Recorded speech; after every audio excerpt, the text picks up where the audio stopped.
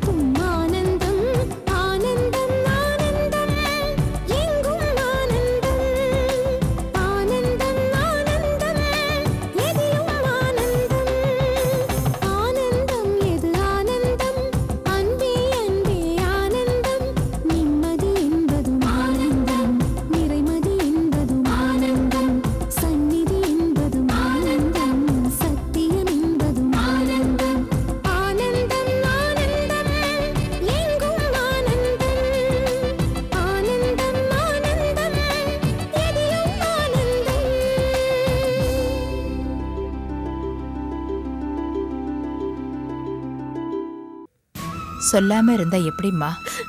நீங்க கோயிலுக்கு போயிருந்த அன்னைக்கு 4 பேர் வீட்டுக்கு வந்து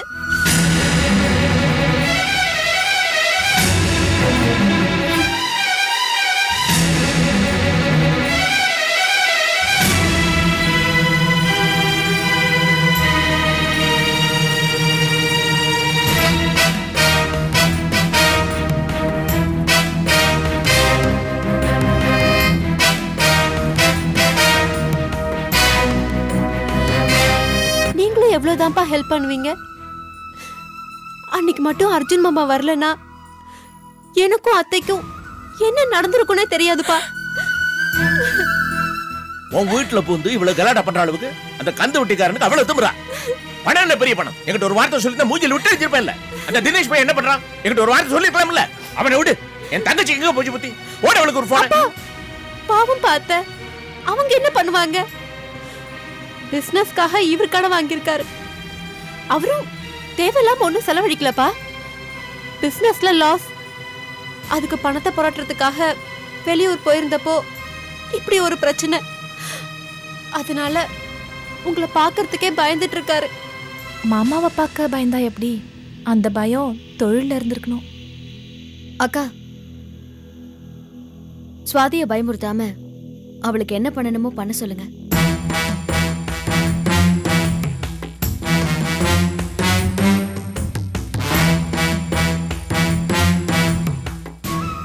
சுவாதி சொல்லலைனாலும் நீங்க செய்யதான் போறீங்க.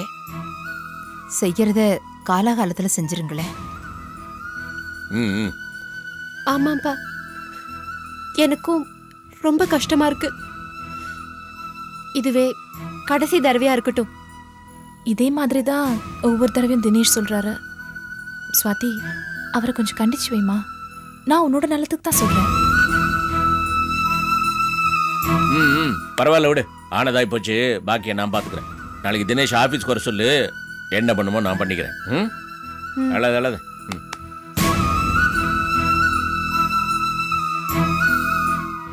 அம்மா, என்னால உங்களுக்கு எவ்வளோ கஷ்டம். கஷ்டம்லாம் ஒண்ணும் இல்லம்மா. நீதான் உங்க அப்பாவுக்காக எவ்வளவோ கஷ்டத்தை அனுபவிக்கிற. அழாதம்மா, சந்தோஷமா இருக்கணும். உனக்கு இல்லாத பணம் எங்களுக்கு எதுக்கு சொல்லு? அப்பாதான் எல்லாம் உனக்கு செய்யறேன்னு சொல்லியிருக்காருல்ல, பயப்படாத. இந்தா நம்ம குலதெய்வத்தோட பிரசாதம், எடுத்துட்டு போ.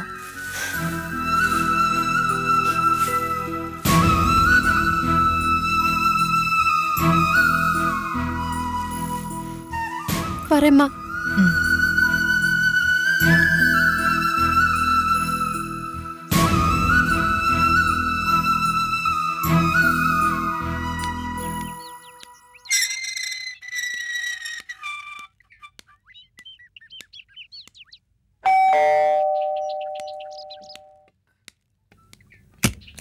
ரோகிணி, சாந்தி, வா வா. என்ன ரோகிணி, எப்படி இருக்க? வாய் வயிறுமா நல்லா இருக்கேன். தனியா இருந்த எனக்கு வயிற்றுக்குள்ள ஒரு பேச்சு துணை கிடைச்சிருக்கு. சீக்கிரமே அந்த துணை பூமிக்கு வந்து உன்கிட்ட நேரா பேசிட்டோம். கையில என்ன பிரசாதம்? கோயிலுக்கு போயிட்டு வந்தியா? நான் கோயிலுக்கு போகல. குலதெய்வ கோயிலுக்கு போயிட்டு வந்தவங்க என் வீட்டுக்காருக்கு கொடுத்தது. அத முறைப்படி முதல் மரியாதையோட வாங்கிக்கிற தகுதி உனக்கு மட்டும் தானே இருக்கு. என்ன கிண்டலா? இல்ல இல்ல, கோடீஸ்வரர் ஆர்கே குடும்பத்தோட வாரிசு உன் வயிற்றுல தானே வளருது. சகல மரியாதைக்குரியவ நீதான். அதனால இந்த பிரசாதம். எனக்கு இப்படியெல்லாம் ஒரு மரியாதை இருக்கும்னு நீ சொல்லிதான் எனக்கு தெரியுது. அந்த மரியாதை கிடைக்குதோ இல்லையோ, ஆனா நீ சொல்றது கேட்கும் போது ரொம்ப சந்தோஷமா இருக்கு. வா.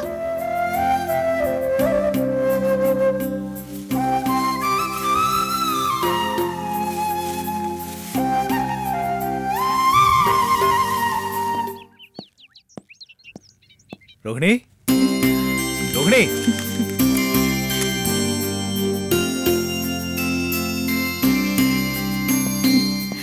வாங்க. நம்ம குலதெய்வத்துக்கு படைச்ச பிரசாதத்தை கொண்டு வந்திருக்கேன். இந்த எடுத்துக்கோ. தோ என் எத்தி பாருங்க. உங்க குலதெய்வம் பிரசாதத்தை எனக்கு முன்னாடியே அனுப்பிச்சிருச்சு. என்ன சொல்ற? தெய்வம் அனுப்பின தேவதையை பார்க்கணுமா? கொஞ்சம் இருங்க. அம்மா தேவதை, கொஞ்சம் இங்க வா.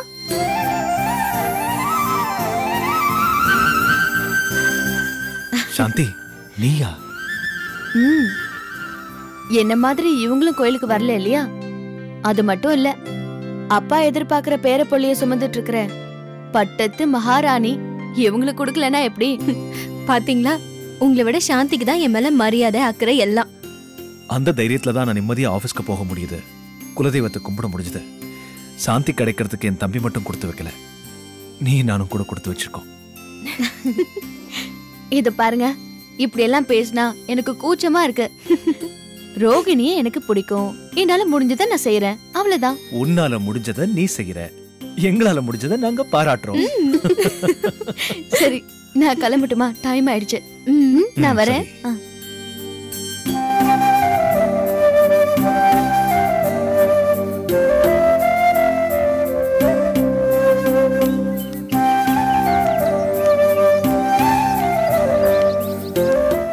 நாராயணா,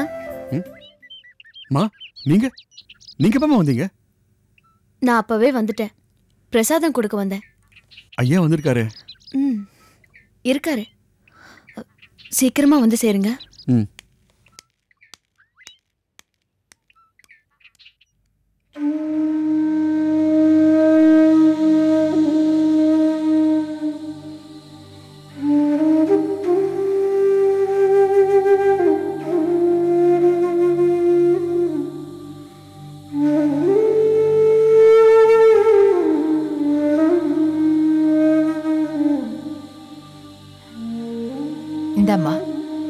மாலையை உன் கையால நீயே போடு. அத்தை,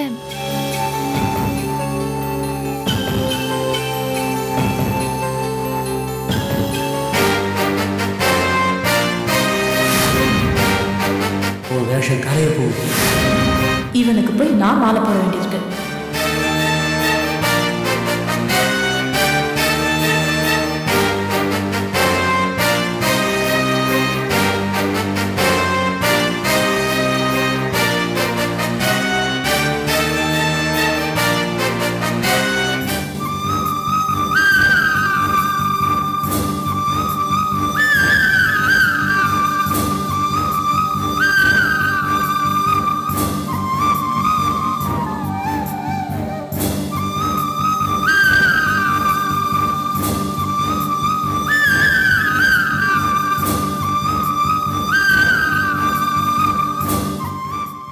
ராஜு இல்லாம இந்த வீடு வெறிச்சோடி போச்சு.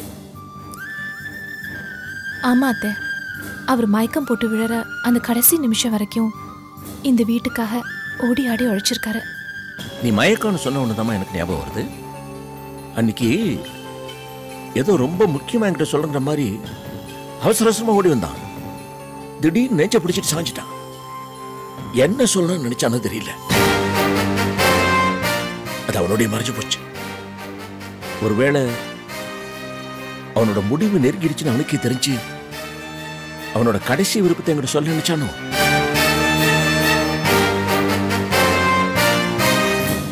அப்படி இருந்தா அதை நிறைவேற்ற முடியலங்கிற மன உறுத்தல் எனக்கு என்னன்னைக்கு இருக்குமா? மாமா, என்னம்மா? நான் இந்த வீட்டுல மருமகளா வரதுக்கு முன்னாடியில இருந்து ராஜுவன் இங்க இருந்தாரு. நான் இந்த வீட்டுல காலடி எடுத்து வச்ச அந்த நிமிஷத்துல இருந்து என்கிட்ட ரொம்ப அன்பா மரியாதையா நடந்தாரு. நான் கூட ராஜுவன்ன எங்க அப்பா ஸ்தானத்துல வச்சு ரொம்ப மரியாதையா நடத்தினேன். என்னை கவனிக்கிறதே அவருக்கு வேலையா இருந்தது. பாவம், ரொம்ப நல்ல மனுஷன். எனக்கு இப்ப இருக்கிற வருத்தம்லாம் ராஜுவன் கடைசி மூச்சு வரைக்கும் இந்த குடும்பத்துக்காக பாடுபட்டாரு. அவரோட கடைசி மூச்சு போற நேரத்துல நம்ம யாருமே அவர் பக்கத்துல இல்ல. அதுக்கு நம்ம கொடுத்து வைக்கல. ஏமா அப்படி சொல்ற? நம்ம வீட்டுல யாருக்கும் கிடைக்காத அந்த பாக்கியம் சாந்திக்கு கிடைச்சிருக்கு. கடைசி நேரத்துல சாந்தி தானே அவர் பக்கத்துல இருந்தா. சாந்தி கிட்ட பேசினதுக்கு அப்புறம் தானே அவர் உயிரிய விட்டுருக்காரு. என்னது? கடைசியா சாந்தி கிட்ட பேசினா? ஆமா மாமா, அத்தை சொல்றது கரெக்ட் தான். ராஜு என்ன உயிர் போகும்போது சாந்தி கிட்ட தான் கடைசியா பேசியிருக்காரு. என்ன பேசினா? நான் கூட கேட்டேன் மாமா, ராஜு என்ன கடைசியா என்ன சொன்னாரு? கடைசி ஆசை ஏதாவது சொன்னாரா? சொன்னா நிறைவேற்றணும்னு கேட்டேன். அதுக்கு அவன் என்ன சொன்னான்? அப்படியெல்லாம் ஒண்ணும் இல்ல, இந்த குடும்பத்தை விட்டு பிரிய போறேன்னு வருத்தமா இருக்குன்னு சொன்னாராம். அபிராமி எப்படி நல்லபடியா அந்த குடும்பத்துல வாழ்ந்துட்டு இருக்கா, அதே மாதிரி நீயும் நல்லபடியா வாழணும்னு சாந்தி கிட்ட சொன்னாராம். அதை விடுமா, ராஜு மேல போயிட்டாலும் இன்னும் அந்த குடும்பத்தை பத்தியே தான் அவன் நினைச்சுக்கிட்டு இருப்பான். பாவன் நல்லவன், அவன் ஆத்மா சாந்தி அடையிட்டான்.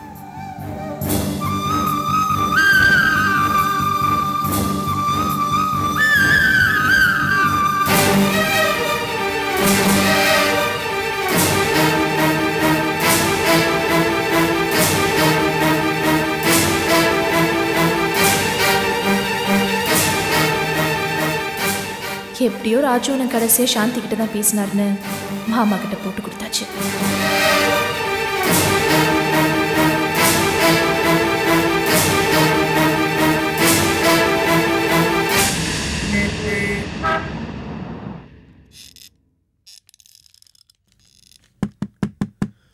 Come in.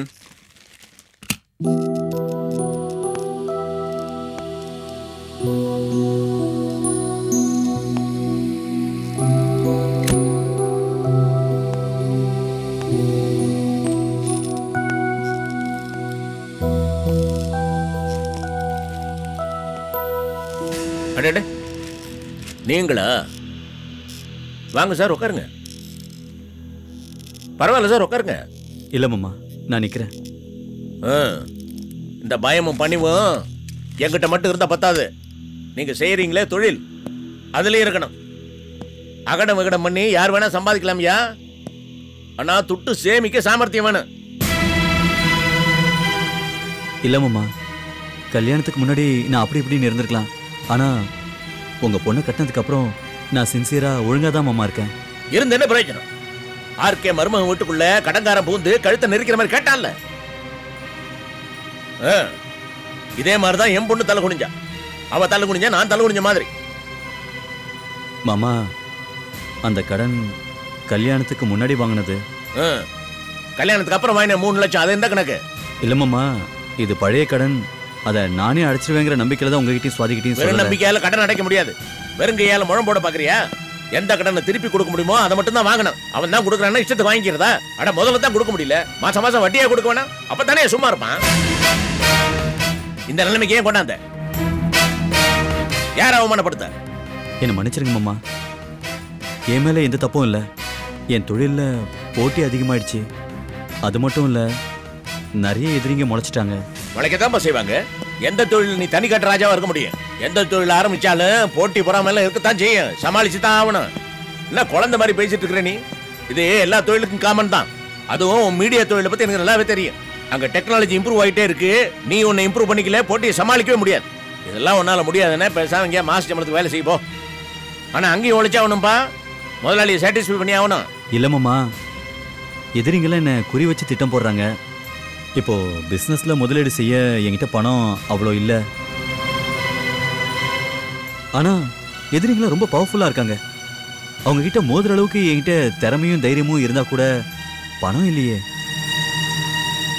ஏன் நான் உருவாக்குன ஃபேமஸ் மாடல்ஸ் எல்லாரையுமே அதிகமான பணம் கொடுத்து அவங்க பக்கம் இழுத்துக்கிட்டாங்க.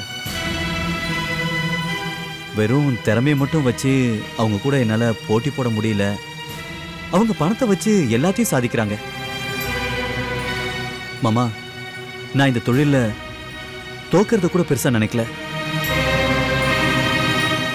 அவங்க என்ன டிஸ்டர்ப் பண்ணது கூட நான் கண்டுக்கல.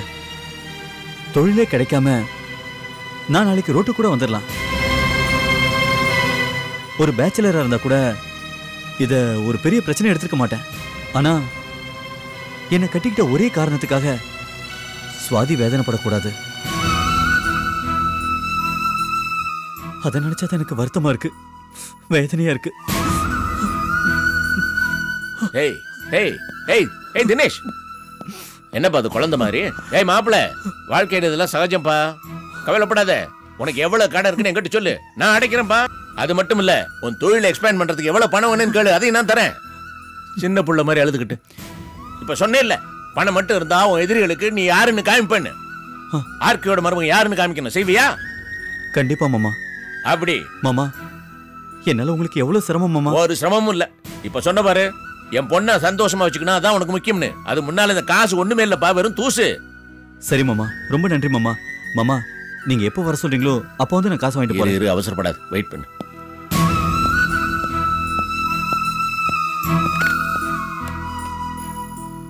மதன், அப்பா என் ரூமுக்கு வா.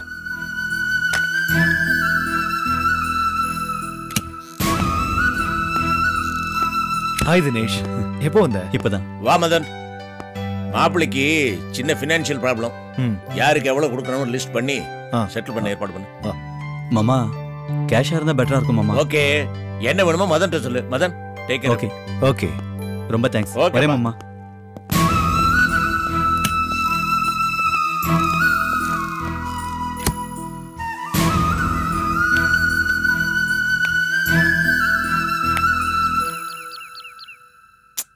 பார்த்து எழுது, அந்த மாதிரியே பார்த்து எழுது. ம்?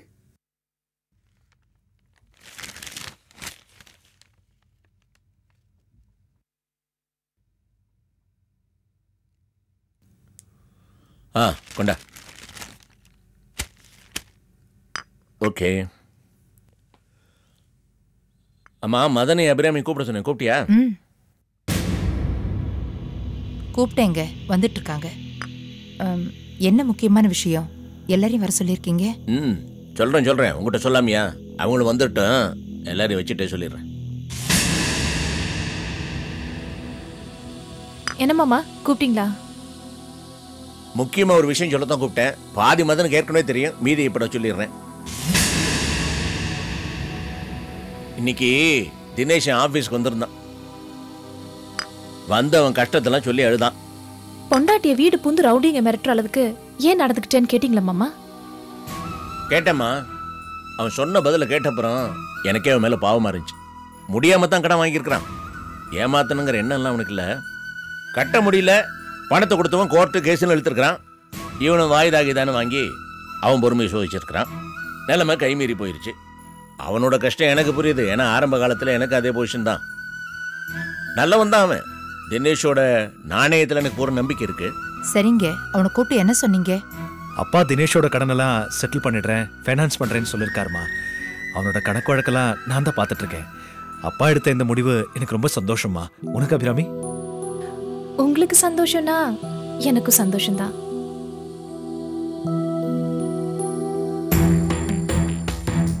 நம்ம என்ன தினேஷ்காக செய்றோம்? எல்லாம் நம்ம சுவாதிக்காக தான் இல்ல மாமா? ரொம்ப கரெக்ட். தினேஷ் கூட இப்பதானே எனக்கு மருமக, இல்லைன்னா தங்கச்சி பையன் தானே. ஆமாமா, நீங்க உங்க சொந்தத்து மேல வச்சிருக்கிற பாசத்தை பத்தி எனக்கு தெரியுமே. என்ன மத்தவங்கள மாதிரி நீங்க வெளில காமிச்சிக்க மாட்டீங்க. சரியா சொன்ன அபிராமி. மாமா, நீங்க இந்த விஷயத்தை என்ன கூப்பிட்டு சொன்னதுனால நான் ஒரு யோசனை சொல்றேன்.